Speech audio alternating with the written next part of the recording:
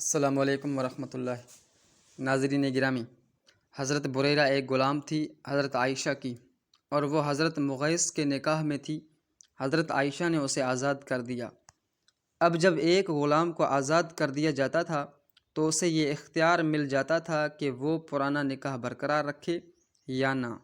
اب حضرت بریرہ کو مغیث پسند نہیں تھے، انہوں نے علیحدگی کا فیصلہ کیا، لیکن وہ محبت میں اتنے دیوانے تھے کہ سارا دن مدینے کی گلیوں میں بریرہ بریرہ کرتے پھرتے تھے۔ آپ صلی اللہ علیہ وسلم کو بھی ترس آیا کہ وہ کتنی محبت کرتا ہے۔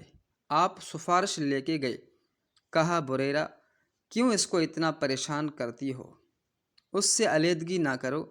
بریرہ ایک دم رکی، وہ نبی جس کا کلمہ پڑھا ہوا وہ آ کر سفارش کرے، کون نہیں ماننا چاہے گا۔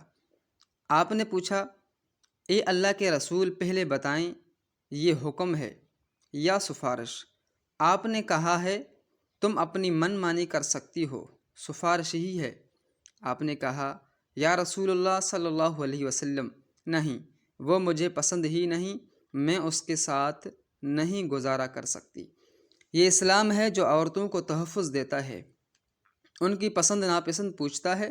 سفارش کرنے والا آخری نبی امام الانبیاء، جبکہ ہماری روایات میں ہماری مقامی مشرقی روایات اس کے برعکس ہیں۔ مسئلہ دین میں نہیں، مسئلہ ہماری روایات میں ہے کہ عورت کو کوئی اختیار ہی نہیں، جبکہ دین نے سب سے پہلے تحفظ عورت کو دیا ہے۔ سب سے زیادہ برتری اہمیت اس کی فیصلے کو دی ہے کہ وہ رسول اللہ کی سفارش کو بھی نظر انداز کر سکتی ہے۔